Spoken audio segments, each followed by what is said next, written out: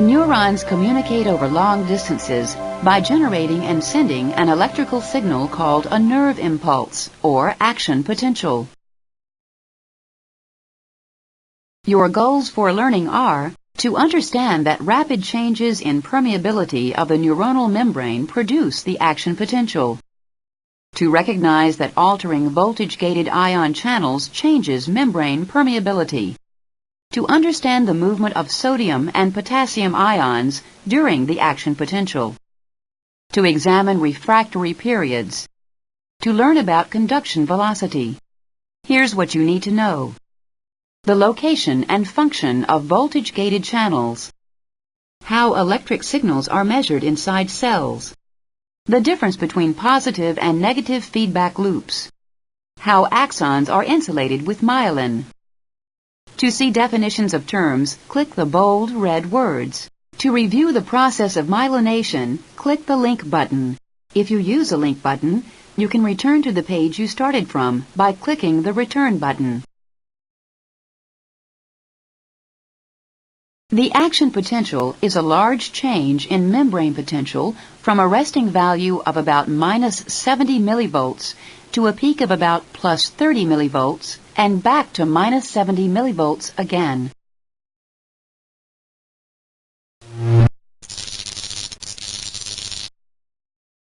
The action potential results from a rapid change in the permeability of the neuronal membrane to sodium and potassium.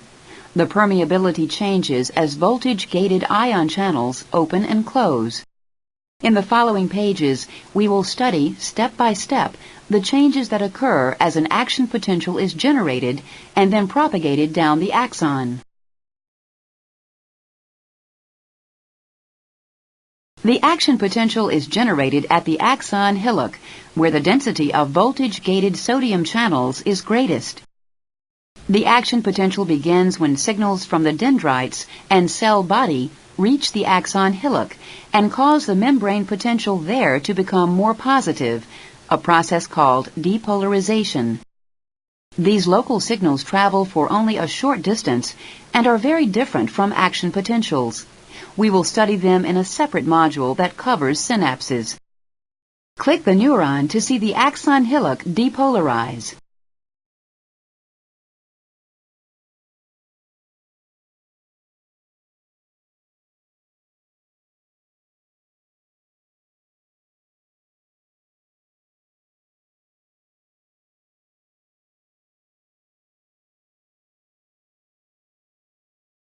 As the axon hillock depolarizes, voltage-gated channels for sodium open rapidly, increasing membrane permeability to sodium. Sodium moves down its electrochemical gradient into the cell. Click the membrane to depolarize the neuron. Watch the sodium ions.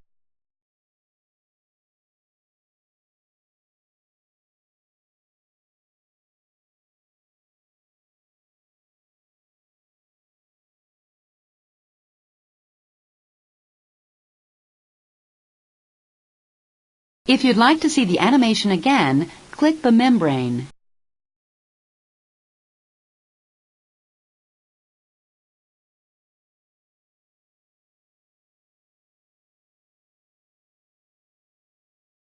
If you'd like to see the animation again, click the membrane. If the stimulus to the axon hillock is great enough, the neuron depolarizes by about 15 millivolts and reaches a trigger point called threshold. At threshold, an action potential is generated. Weak stimuli that do not reach threshold do not produce an action potential. Thus, we say that the action potential is an all or none event. Action potentials always have the same amplitude and the same duration. Click the neuron to depolarize it. Watch the graph of the membrane potential as the neuron depolarizes. Will there be an action potential? That's right. This depolarization has not reached threshold. Click the neuron again to depolarize further. Will there be an action potential? That's right. This depolarization has not reached threshold. Click the neuron again to depolarize further. Will there be an action potential? That's right. At minus 55 millivolts, the membrane is depolarized to threshold and an action potential is generated.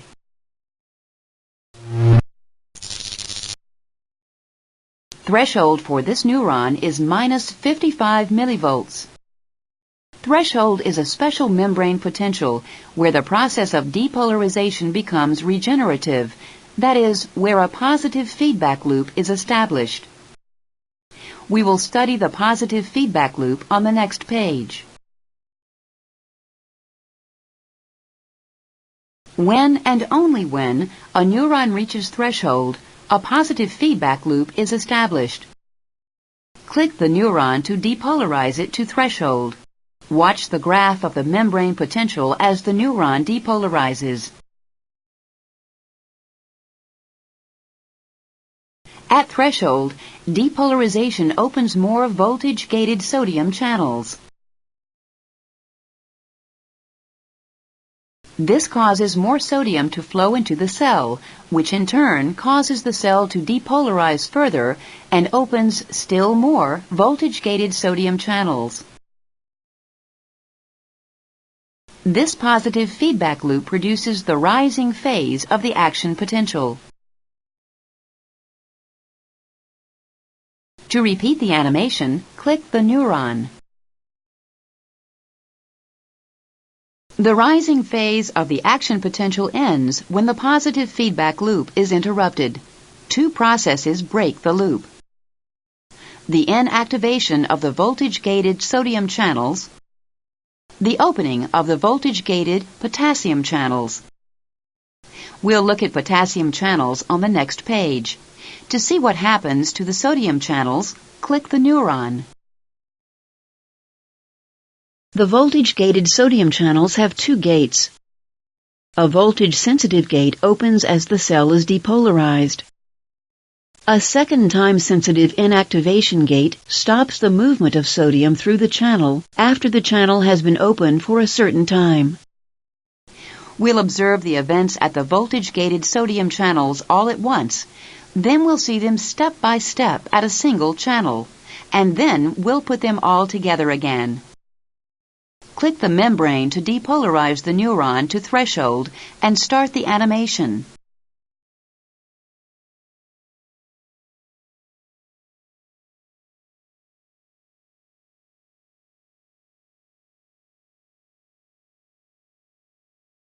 To observe the events at a voltage-gated sodium channel step by step, click the designated channel. At the resting membrane potential, the voltage-sensitive gate is closed. Click the channel again. As the neuron is depolarized, the voltage-sensitive gate opens. Click the channel again. At a certain time after the channel opens, it inactivates. Click the channel to repeat the animation, or click the membrane to continue. At the resting membrane potential, the voltage-sensitive gate is closed. Click the channel again. As the neuron is depolarized, the voltage-sensitive gate opens. Click the channel again. At a certain time after the channel opens, it inactivates. Click the channel to repeat the animation, or click the membrane to continue. Let's watch the sodium channels again.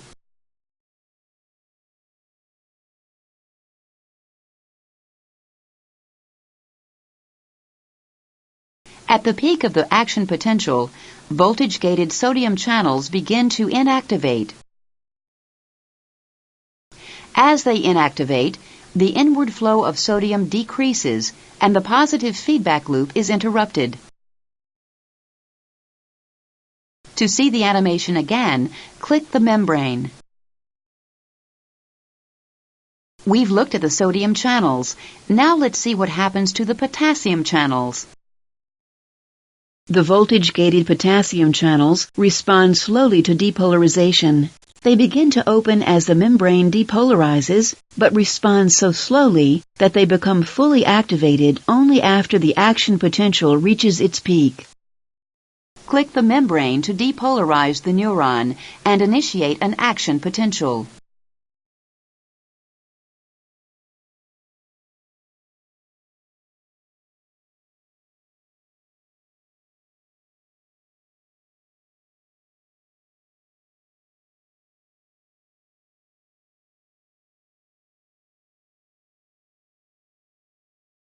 You've seen that potassium moves out of the cell as voltage-gated potassium channels open.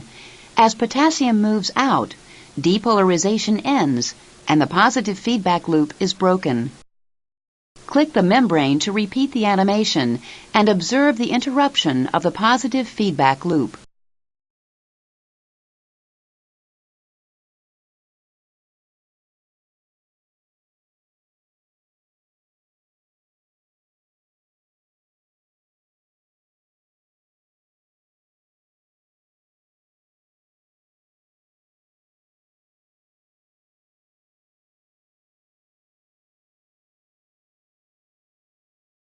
Both the inactivation of sodium channels and the opening of potassium channels interrupt the positive feedback loop. This ends the rising phase of the action potential. To see the animation again, click the membrane. You have seen potassium leaving the cell as voltage-gated potassium channels opened. With less sodium moving into the cell and more potassium moving out, the membrane potential becomes more negative, moving towards its resting value. This process is called repolarization. Click the membrane to see the animation and graph of the action potential.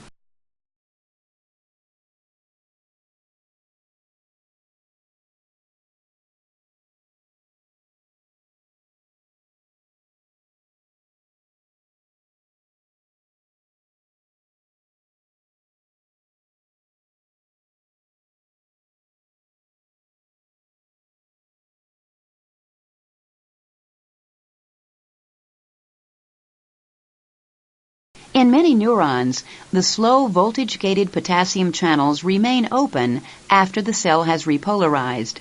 Potassium continues to move out of the cell, causing the membrane potential to become more negative than the resting membrane potential. This process is called hyperpolarization. Click the membrane to see the rest of the action potential. Watch the graph.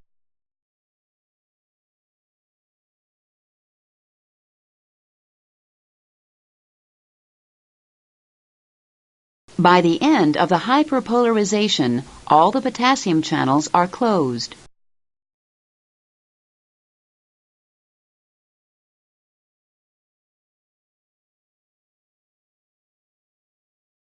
As you have just learned, the opening and closing of voltage-gated channels changes the cell's permeability to sodium and potassium during the action potential.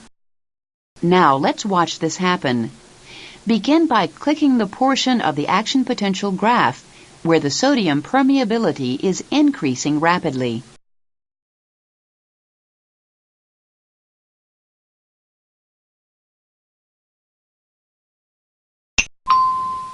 Yes, sodium permeability increases rapidly during the rising phase of the action potential. Now click the portion of the action potential where sodium permeability is decreasing rapidly. Yes, sodium permeability decreases rapidly during repolarization. We can graphically illustrate what you have just seen by superimposing a graph of sodium permeability on top of our graph of the action potential. Click the action potential graph to see the sodium permeability graph shown in red.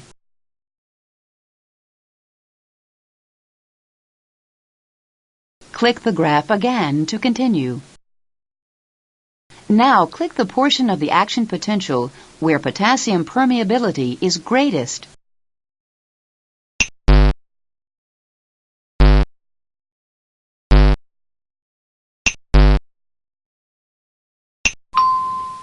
Yes, Potassium permeability is greatest during repolarization.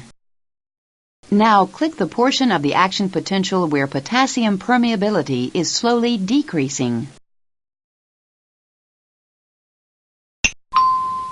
Yes, potassium permeability is decreasing slowly during hyperpolarization. We can graphically illustrate what you have just seen by superimposing a graph of potassium permeability on top of our graph of the action potential. Click the action potential graph to see the potassium permeability graph shown in blue.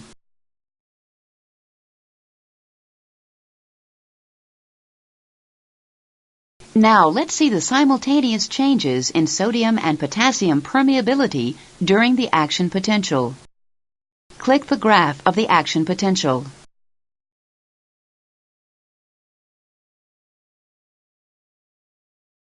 The rapid increase in sodium permeability is responsible for the rising phase of the action potential.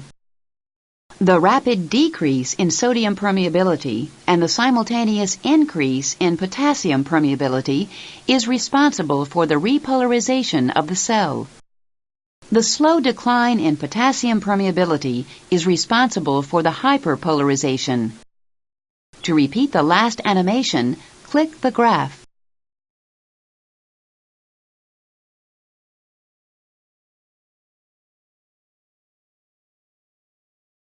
During an action potential, voltage-gated sodium channels first open rapidly, then inactivate, then reset to the closed state. Voltage-gated potassium channels open and close more slowly. Click each phase of the action potential to see the state of the voltage-gated sodium and potassium channels. Voltage-gated sodium and potassium channels are closed when the neuron is at rest. Voltage-gated sodium channels open rapidly, resulting in movement of sodium into the cell. This causes depolarization.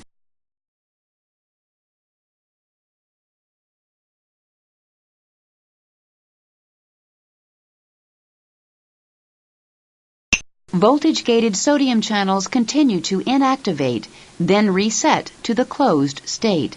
Potassium channels continue to open. This results in a net movement of positive charge out of the cell, repolarizing the cell.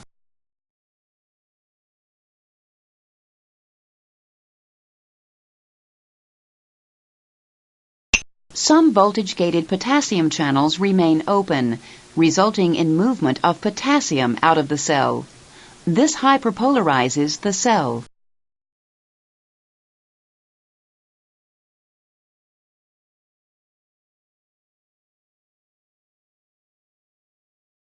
While the neuron is generating an action potential, it cannot generate another one.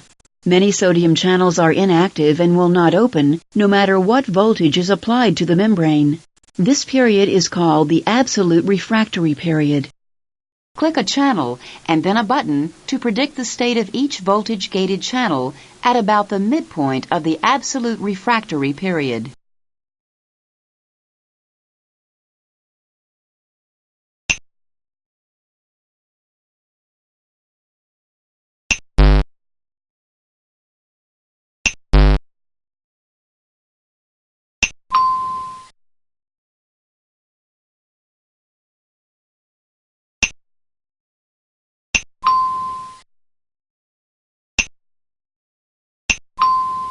The neuron cannot generate an action potential because sodium cannot move in through inactive channels. You can prove this statement to yourself by stimulating the cell. Use the slider bar to depolarize the cell to threshold. Watch what happens to the neuron.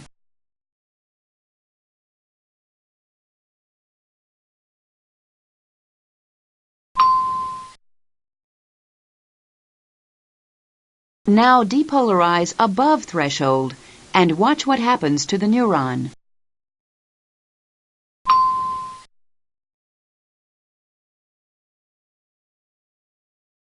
A neuron cannot generate an action potential during the absolute refractory period.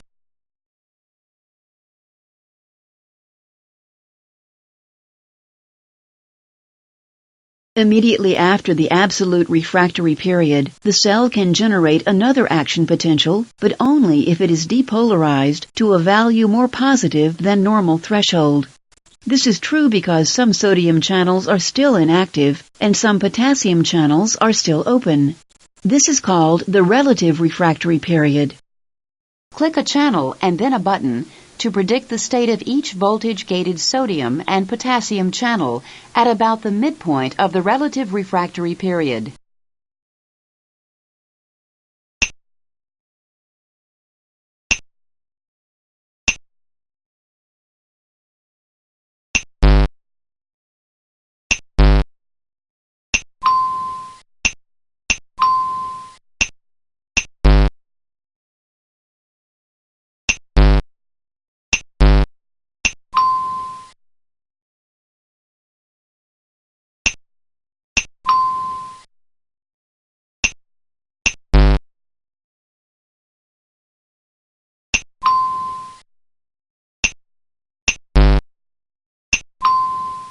The cell has to be depolarized to a more positive membrane potential than normal threshold to open enough sodium channels to begin the positive feedback loop. You can prove this statement to yourself. Use the slider bar to depolarize the cell first to minus 55 millivolts, the normal threshold, and then above threshold. Watch what happens to the neuron.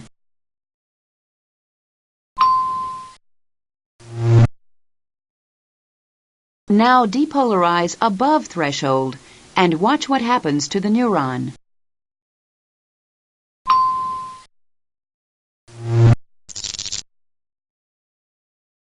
The lengths of the absolute and relative refractory periods are important because they determine how fast neurons can generate action potentials.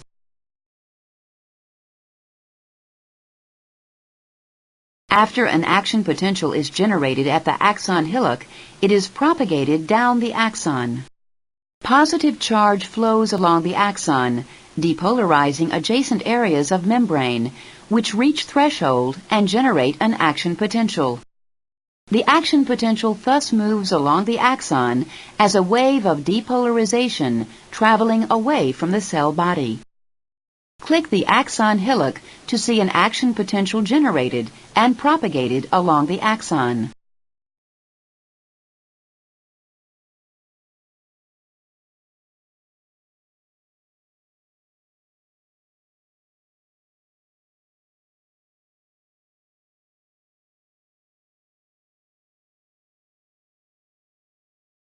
Conduction velocity is the speed with which an action potential is propagated.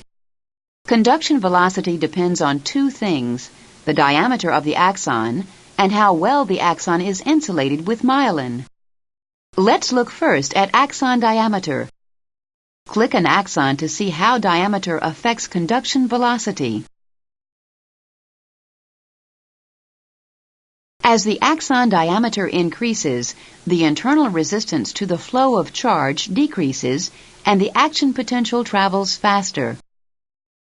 Now let's see what happens to the speed of the action potential when the axon is insulated with myelin. Recall that myelinated axons have areas of insulation interrupted by areas of bare axon called nodes of Ranvier. In a myelinated axon, charge flows across the membrane only at the nodes, so an action potential is generated only at the nodes. The action potential appears to jump along the axon. This type of propagation is called saltatory conduction. Predict which axon will have the fastest conduction velocity by clicking that axon. Correct. Speed can be gained by insulating an axon with myelin while still keeping the axon diameter small. This allows us to pack more axons together in a nerve while keeping the nerve from becoming too large and heavy.